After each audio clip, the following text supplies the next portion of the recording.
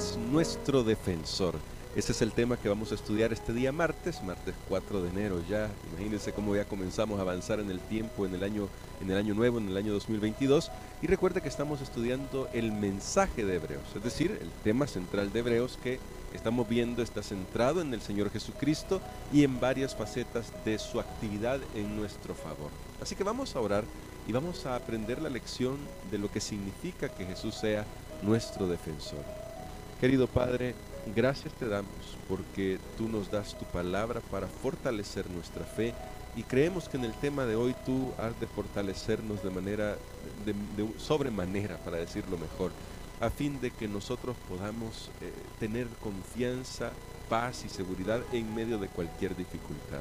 Oramos pidiendo tu gracia en el nombre de Jesús. Amén. Amén.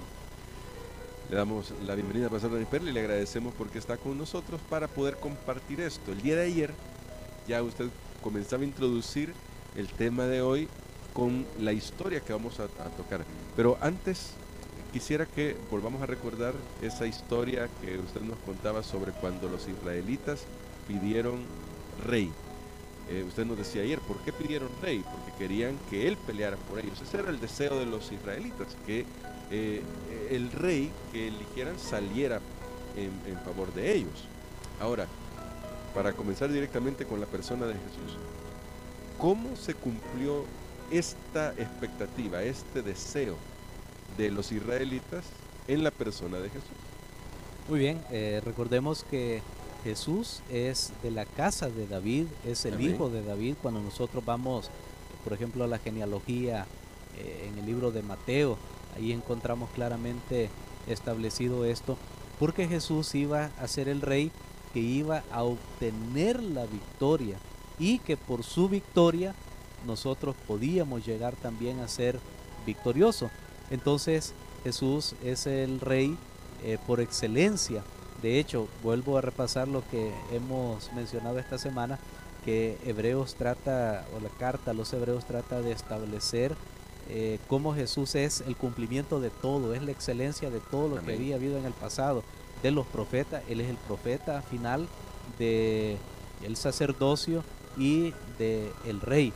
Ahora, hay una historia en la Biblia donde David pelea contra un gigante llamado Goliat, y nosotros nos deleitamos escuchando esa historia porque es tan extraordinaria. Sí. O sea, el ser humano tiene algo por dentro, y yo quiero hacer esta relación que es como el deseo de tener a un héroe. Por eso todos los cómics y todo eso tratan de superhéroes. Así Y es. venden mucho y siempre salen películas nuevas y la gente las está esperando. ¿Por qué? Porque los seres humanos sabemos que somos impotentes, somos débiles, y que debe haber alguien que sea superior a nosotros para poder luchar con el enemigo. Ahora, en el caso de la historia de David y Goliat, nosotros nos quedamos asombrados como un gran gigante puede Guerrero. ser, un guerrero de experiencia puede ser derrotado por un muchacho, por un jovencito, con una piedra y con una honda en su mano. Todo eso, no hay duda que David mismo reconoció que era Dios que lo estaba fortaleciendo para esa batalla. Ahora, cuando David ganó esa batalla, ganó todo el ejército de Israel. ¿Qué hicieron los demás? No hicieron nada, porque en esa época también había un trato entre dos naciones que estaban en guerra, y era, ok, vamos a poner a pelear a nuestro paladín, o sea, a nuestro mejor hombre, nuestro mejor guerrero. El que gane de ellos, entonces todo el ejército ganó. El que pierda, todo el ejército perdió. Y eso era lo que estaba haciendo Goliat, diciendo, bueno, mándenme su mejor hombre y peleemos, y aquí se disputan. No tienen que pelear todos, sino que entre nosotros dos peleamos, y allí se da quién es el ganador. Pero lo que Goliat jamás imaginó es que alguien lo iba a derrotar, y quién lo iba a derrotar.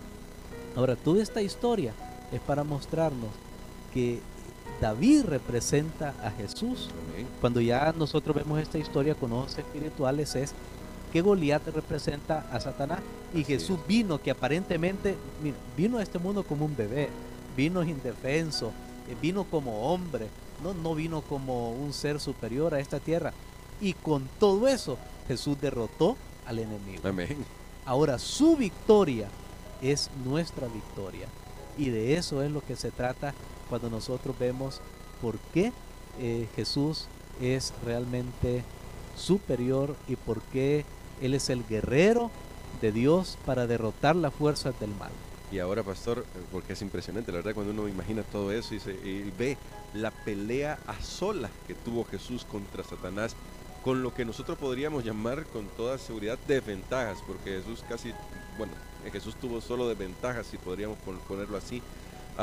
Ahora, eso nos debe llevar a pensar cómo se autodescribe en el Antiguo Testamento Yahvé, que usted también nos explicaba al principio de la semana. Muchos de estos pasajes que describen a Yahvé también se refieren al Señor Jesucristo, y es relevante para nosotros porque si Jesús es nuestro campeón, también va a ser importante reconocer cuánto hace Él por nosotros hoy en día que Él está en el cielo intercediendo por nosotros. ¿Cómo se autodescribe Dios en favor de su pueblo, pastor? Muy bien, llama la atención que desde el Antiguo Testamento Dios se describe como un hombre de guerra. Yo creo que tal vez podríamos ver aquí algún par de textos, el de Isaías capítulo 42, versículo 13, y luego Isaías 49, 25, porque aquí es el resultado. En Isaías 42, 13 leemos cómo Dios realmente aparece en relación a un guerrero.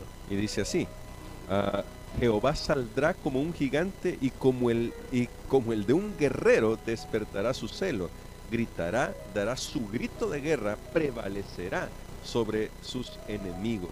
Muy bien, y luego ya tenemos entonces la figura Es un guerrero que dice que es un guerrero, o sea, es el paladín, es el que va a ser escogido, el que va a pelear contra el enemigo. E Isaías 49, 25 nos dice cuál va a ser el resultado de esa guerra. Bueno, dice acá: pero así dice Jehová, quizás el cautivo sea rescatado del valiente y el botín sea arrebatado al tirano, pero yo defenderé tu pleito y salvaré a tus hijos. Muy bien. Aquí Dios dice, mira, yo voy a pelear por ti. Amén. Yo te voy a salvar. Dios se muestra como un guerrero. Es lo que pasó con David, que David peleó contra Goliat y le dio la victoria al pueblo de Israel. Y Dios dice, yo voy a pelear contra el enemigo, yo voy a rescatar, yo voy a reclamar lo que el enemigo se ha llevado. Porque es como cuando alguien se lleva algo y entonces viene una persona y dice, yo se lo voy a ir a traer, porque claro, usted no puede, pero yo voy a ir. Ahora, esa es la autoridad de Dios, y por eso es que nosotros somos llamados también a entrar en esta batalla contra las fuerzas del mal, pero no en nuestras propias fuerzas, sino con lo que ya Dios ha provisto para nosotros. Bueno, porque yo iba a hacer la pregunta entonces, bueno, si Jesús es el guerrero y es el paladín, y Él ya ganó la victoria en ese combate singular contra Satanás, ¿qué tenemos que hacer nosotros? ¿Podemos simplemente cruzarnos de brazos y decir, bueno, ya ganó, no tenemos nada que hacer?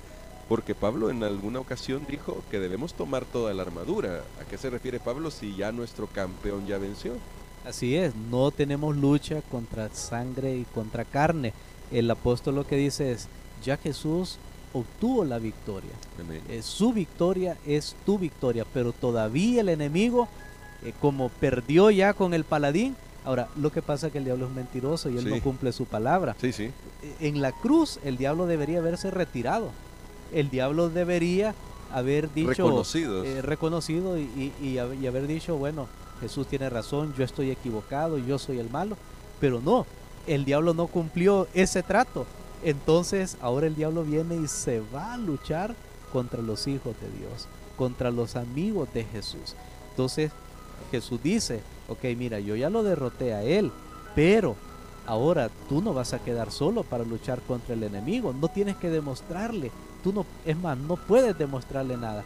Tú simplemente muéstrale mi victoria y yo te voy a dar una armadura. ¿Y cuál es esa armadura? Bueno, la que usted mencionó, encontramos en Efesios 6, donde nos dice que nos pongamos, así de referencia a una armadura de un soldado romano en aquel tiempo, que usaba un casco de hierro, usaba una coraza, usaba una espada, se ceñía su cintura, usaba sus sandalias para ir a la guerra, etcétera. Ahora, todo eso nosotros nos ponemos y vamos a enfrentar la guerra que el enemigo tiene contra nosotros, pero ya no en nuestras propias fuerzas. O sea, el enemigo todavía ya derrotado, pero como no cumplió su palabra, está intentando ahora destruir a los hijos de Dios, pero Dios les está dando todas las herramientas para que nosotros podamos ser los vencedores en esta lucha entre el bien y el mal. Amén. Bueno, qué bendición tenemos en el Señor de que nos da la herramienta, nos da la armadura y nos da el poder para vencer. Así que hoy hay que tomar una decisión, y la decisión debe ser ponernos la armadura del Señor. Él ya venció, Él es nuestro paladín, Él es nuestro defensor. Hay luchas que enfrentar, eso no cabe duda, estamos enfrentando luchas, y yo sé, pastor, hablando de estos últimos días, de lo que habla también la lección, y va a hablarnos la lección, no podemos decir que las cosas vayan a mejorar, pero sí podemos asegurar que muy pronto el Rey de Reyes viene por segunda vez, y su pueblo debe estar firme marchando hacia la Canaán celestial. Así que, pastor, nos gustaría que ore por nosotros para que Dios nos fortalezca en este caminar que llevamos hacia el reino de nuestro Señor. Amén. Padre, te damos gracias por tu victoria, por la victoria de Jesús sobre las fuerzas del mal. Tu palabra dice que las exhibió públicamente en la cruz, desnudó los propósitos malignos del enemigo y derrotó al diablo al resucitar de la muerte. Gracias, Padre, porque todo eso es en nuestro favor. Reconocemos que nosotros somos débiles y que no podemos pelear esta batalla exitosamente en nuestras propias fuerzas, pero pedimos, Señor, que nos ayudes para mantenernos unidos a Jesús, sometidos a tu voluntad, y de esa manera el enemigo pueda ser derrotado en nuestras vidas. Lo pedimos en el nombre de Jesús. Amén. Amén.